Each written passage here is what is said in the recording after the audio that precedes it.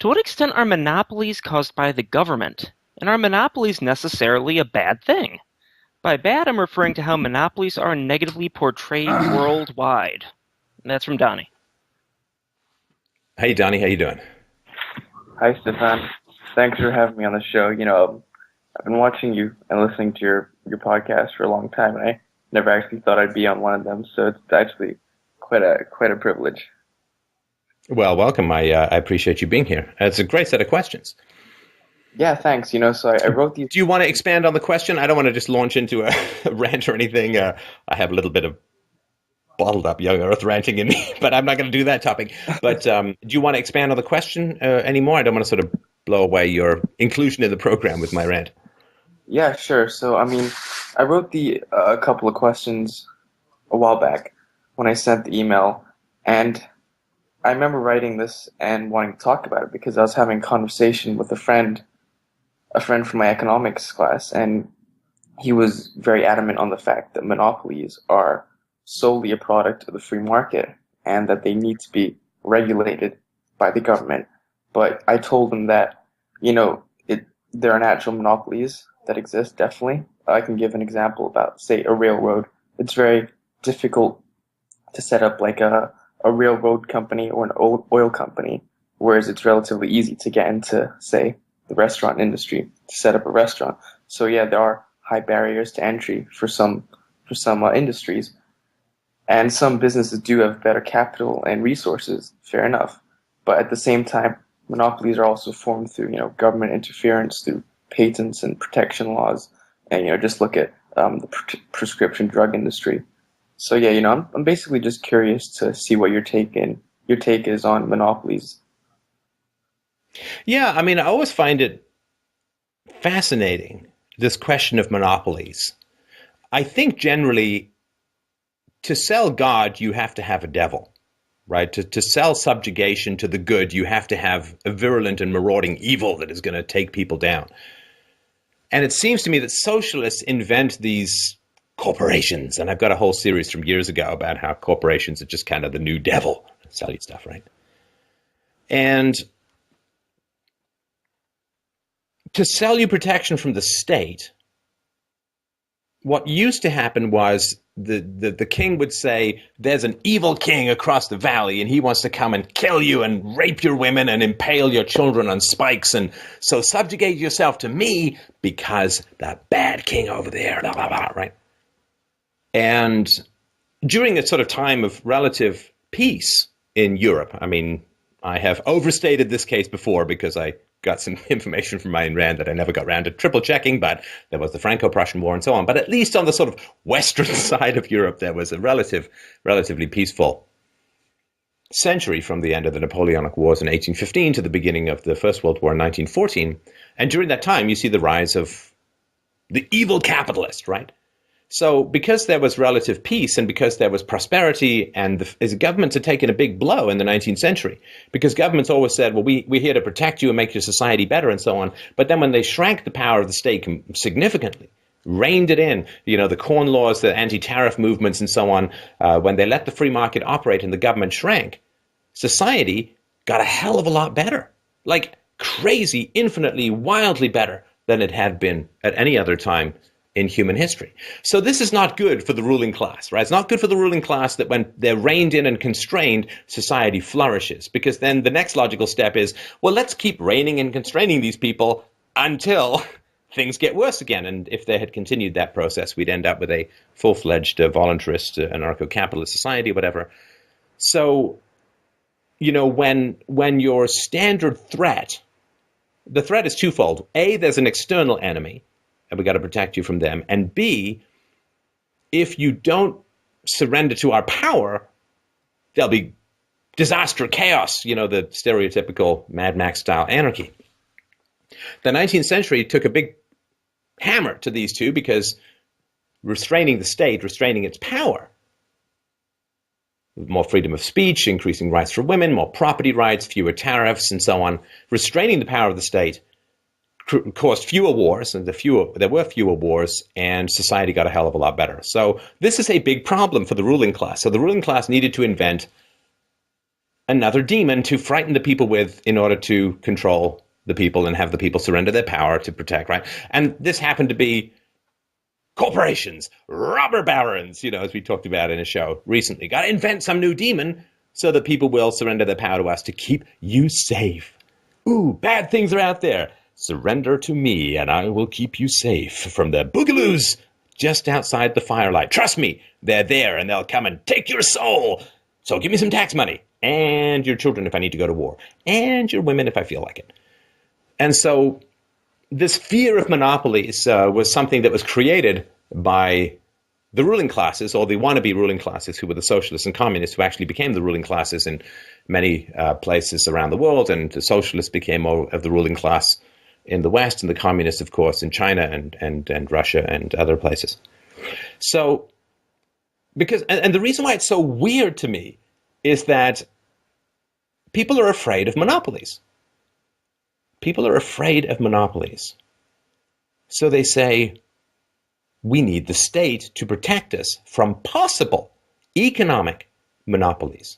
Ooh, we need the state to protect us from possible economic monopolies.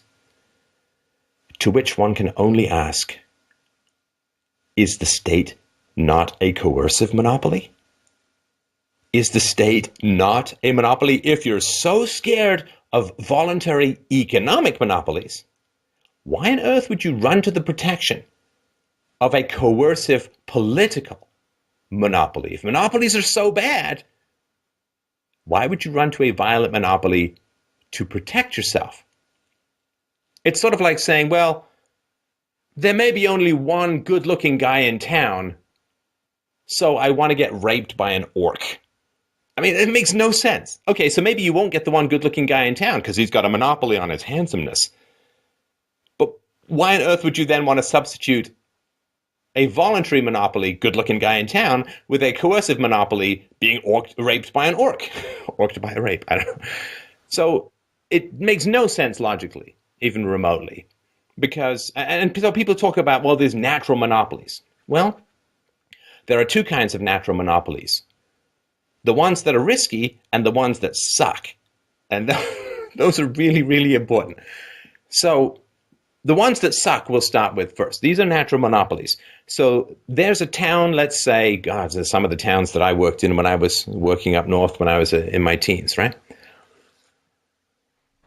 And there are towns of like 200 people or 100 people or whatever, right?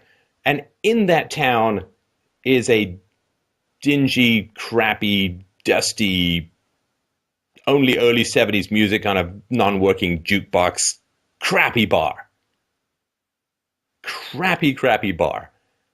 And it has a monopoly because there's not enough business for two bars. So there's one bar and it's barely scraping by. So it has a monopoly.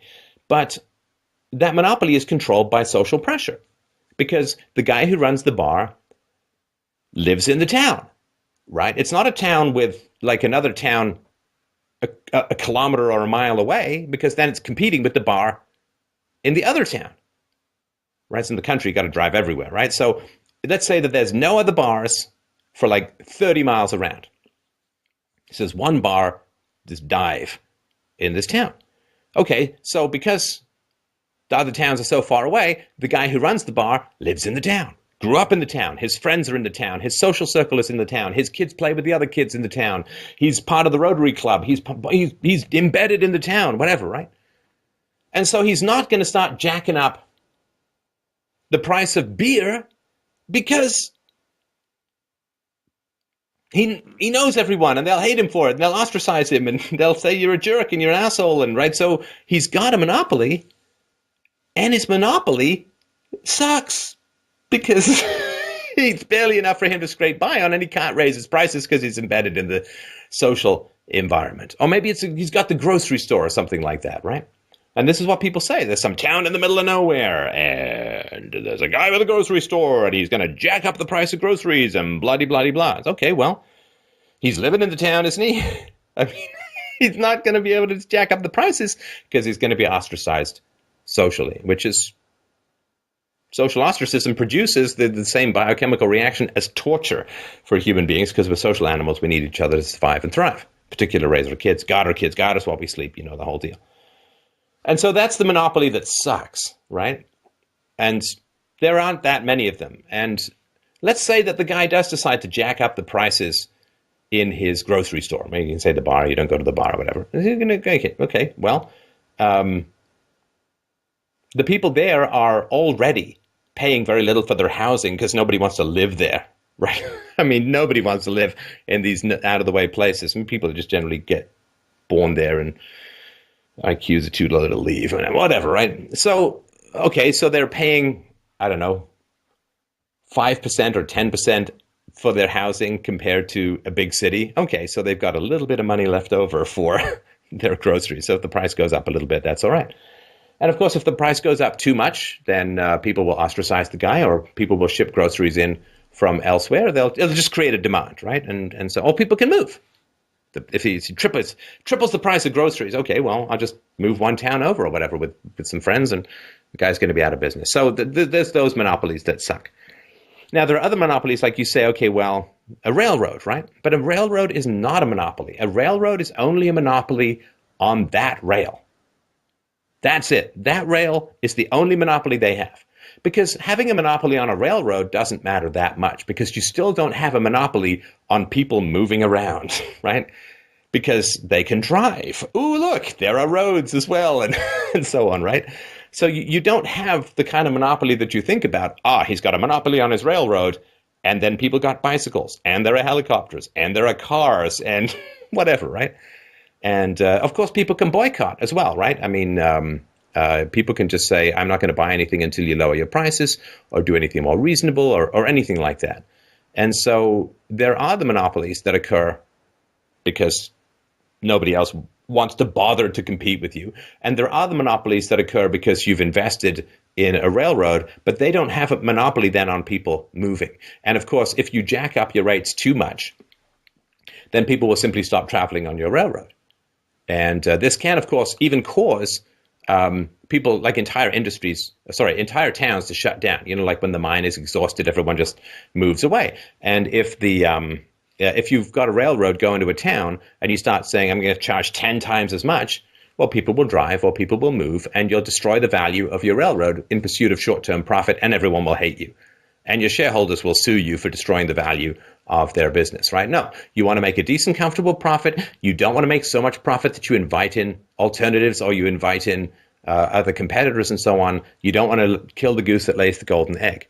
So the only way that people can really get profits, monopoly profits, the rent seeking, there's an old statement from Adam Smith that says people of the same industry almost never get together except their gathering results in some conspiracy against the public, right? So let's just take the example of there's 5 people who make computer chips, right? I don't know, Qualcomm, AMD, Intel, Google, I think, is making some now too. So a bunch of guys get together and they want to create a monopoly. And they say, we're all going to double our prices for computer chips, right? Well, that's really, really tough because everyone might be nodding there and, oh, yeah, absolutely. But of course, you have to keep it quiet. You have to keep it secret. In a free society, you'd still have to keep it secret because you don't want to really annoy your customers, so they'll go overseas to get their chips because they don't trust you anymore or whatever. But here's the problem. Let's say everyone except one person, like every company except one company, doubles the price of their computer chips, right? Or let's say they all double the price of their computer chips, and then 3 weeks later, one of them goes back to the regular price, right? Well, their market share is going to expand enormously. They will be economically very well rewarded for breaking the cartel, right? They will be rewarded with massive gains in their market share by breaking the cartel. This uncertainty is why these cartels don't work in the free market and never have historically worked. Of course, people all try and get together. All the bread makers will get together and try and raise the price of bread. But the first guy to break that makes a fortune. He is well paid, well compensated for breaking with the monopoly. And so the fact that these contracts can't really be enforced, the fact that you don't ever want to have a formal contract, even in a free society, for fear of annoying your audience, then that means that these voluntary cartels don't work in the free market because the incentive to break them is too high. So then what do the people who want these cartels do? Well, they go to the government. And they say to the government, we need you to limit foreign competition. We need to limit barriers to, we need you to raise barriers to entry. We need you to raise tariffs. We need to keep foreign products out. We need to make it really difficult to get into our business. And then we're going to give you a whole bunch of political donations if you allow us to set minimum prices or something like, or just create the conditions by which minimum prices can be established. So, 100 years ago, there was a huge crisis in healthcare because it was too cheap for the doctors. They weren't making enough money because too many other people were offering these kinds of healthcare options that only the doctors felt that they should be able to offer. There were midwives and other people and so on, snake oil salesmen to varying degrees of quality. So they ran to the government and said, well, there's a lot of bad doctors out there, a lot of thumbscrew McDucks who are just hacking people open, unscrupulous saw doctors and so on, right? And so the government said, okay, fine, well, we'll make it a license requirement, and then they restrict, right? So first you've got to be a license to practice medicine, and then they restrict the number of people they'll give licenses to, and then they sort of expanded, they banned midwives, and then they through Congress after the Second World War, they got the right to exclusively write prescriptions to give medicines. They took it away from pharmacists and other people and so on. And then, of course, they like the fact that the government mandates all of these healthcare initiatives and commandments, and you've got to have this included in your healthcare plan and your insurance. And then they like the fact that the insurance has gone through because you weren't allowed to give people raises in the Second World War. The companies just paid healthcare insurance, which took it off the table in terms of personal negotiation, which means they can jack up the prices. You just go on and on and on. And so now you have this cartel called doctors, just as you have cartels called plumbers, just as you have electricians, just as you have cartels called lawyers, and so on. And all of these are monopolies, but they're not products of the free market, right? So first of all, again, just to sum it all up, first of all, say to the guy, if monopolies are a problem, what the hell do you think the government is? Secondly, who cares about natural monopolies that are occurring because nobody else wants to compete? Who cares? Or it's a tiny segment of human society which is easily escapable. Just go somewhere else or find an alternative. Monopolies like railways are not monopolies on travel, right? So they have to compete with all other forms of travel, which means they're going to keep their prices down. Social ostracism for people who gouge others is a very powerful way. Shareholders who wish to maintain the value of their company will prevent overcharging because it destroys the value of the company in the long run. And last but not least, of course, people will try and set up cartels, but the economic rewards of breaking the cartel is always why they never last in a free market, which is why everyone runs to the government to create monopolies. It is not the government who will protect you from monopolies. Government is the only way monopolies can last. Does that help at all? Yeah, no, that's very helpful. So, just to summarize, monopolies and businesses in general are just as afraid of ostracization as competition, right? And that's just as impactful. Is that what you're saying? From one of your earlier. Oh, yeah, listen, if you're running the only bar in town and you triple the prices of drinks, people will be really upset with you. And they will let you know. Because the only way you have a natural monopoly is it's a very small, secluded community, which means you're even more dependent on your social life, which means you don't really want to annoy everyone around you. And people's lack of faith. It's funny, people on the left have this lack of faith in horizontal enforcement of rules, and then they use political correctness and screams of racism, war on women, misogyny, Islamophobic and all to enforce their dictates. I mean, people on the left don't like the spontaneous self-organization of a horizontally enforced society, but that's exactly how they enforce their edicts, is through horizontal condemnation and criticism.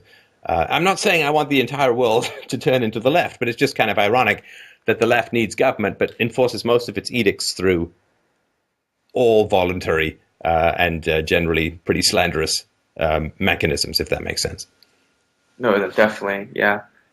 So I'd just like to move on to the next question I have, which is... Okay, it's got to be quick because I've been doing this for 3 hours and 40 minutes, so let's keep this one quick. Yeah, around 3. I don't know how you do it for this long.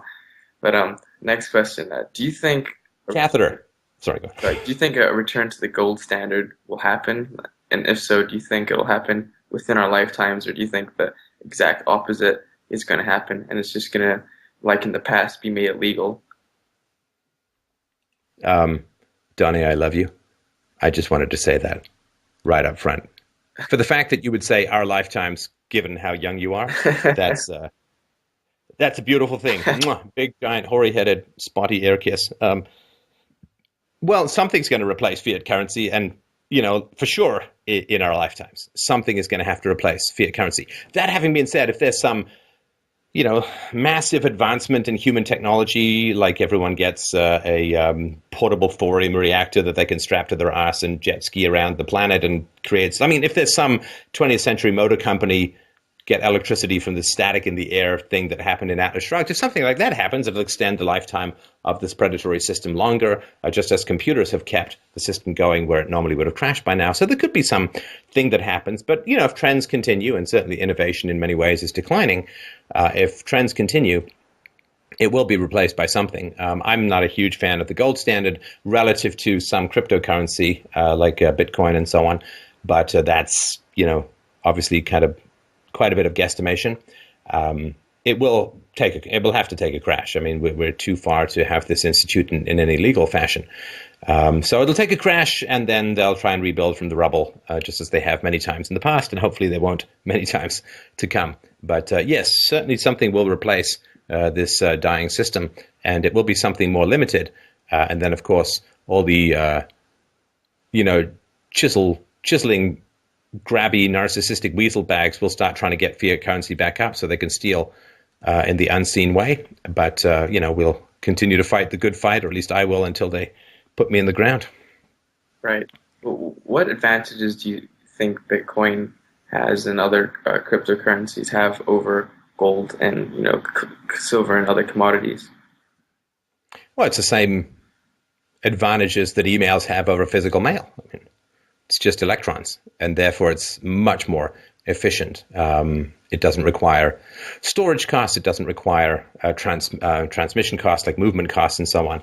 At least they're much, much lower. And and I've got the Truth About Bitcoin presentation. I also did a debate some years ago with our good friend Peter Schiff on Bitcoin versus gold. So I won't go into all the details about that because I won't be able to reproduce everything I remembered from back then, or at least knew back then. But there are advantages. That doesn't mean, of course, in a free society, you can have both standards. You can have neither. It could be something else, right? It could be currency relegated to my last few straggling hairs and the count thereof. I mean, whatever is going to be most efficient will be worked out by the free market. There will be advantages to Bitcoin or other cryptocurrencies, and there will be advantages to gold, and they will all complement each other, and society will allocate resources in their most efficient and productive and long-term sustainability format. And the retention of value is the most essential aspect of currency. I mean, if you know what your currency is going to be worth in 5 years, that takes a massive amount of risk out of your economic calculations. Right now, economic calculations are just playing darts in a whirlwind while blindfolded. I mean, nobody knows what the hell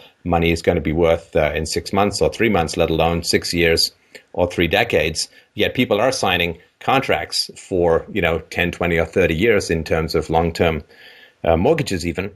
And what the free market would need to deliver the most is to reduce the amount of uncertainty in economic calculations, would be to provide a currency that retains its stability over time. And that, of course, has been traditionally occupied by gold, but there are lots of other electronic mechanisms that could do the same thing in many ways. So that would be my guess. Right. Of course, I guess as long as there's no institute out there that can produce more of the currency, I guess that's the most important part of the next. Right. And that's baked into Bitcoin, right? That it's going to go up to 21 million and change and then stop. But it's pretty much virtually infinitely divisible. You can divide Bitcoins up to as many pennies as there are in all the currencies in the world. So it is very divisible. And of course, Bitcoin being the internet of currency is not just the Bitcoins themselves. It's also a whole programming environment and triggering environment, and you can store deeds and you can have certain events occur when other events occur. And it's a whole,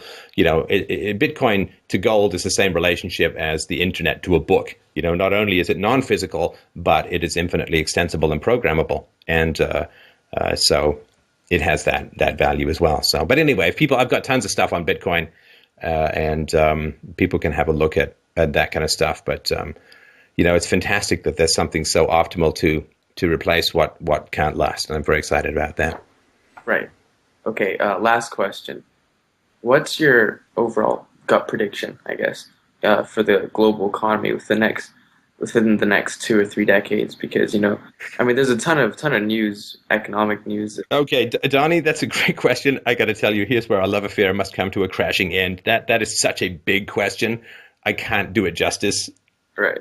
after 3 hours and 48 minutes or whatever. So I will send that question in by email, and I'll do something on it. But I can't give you something good right now. I can't hit the high notes after so much singing.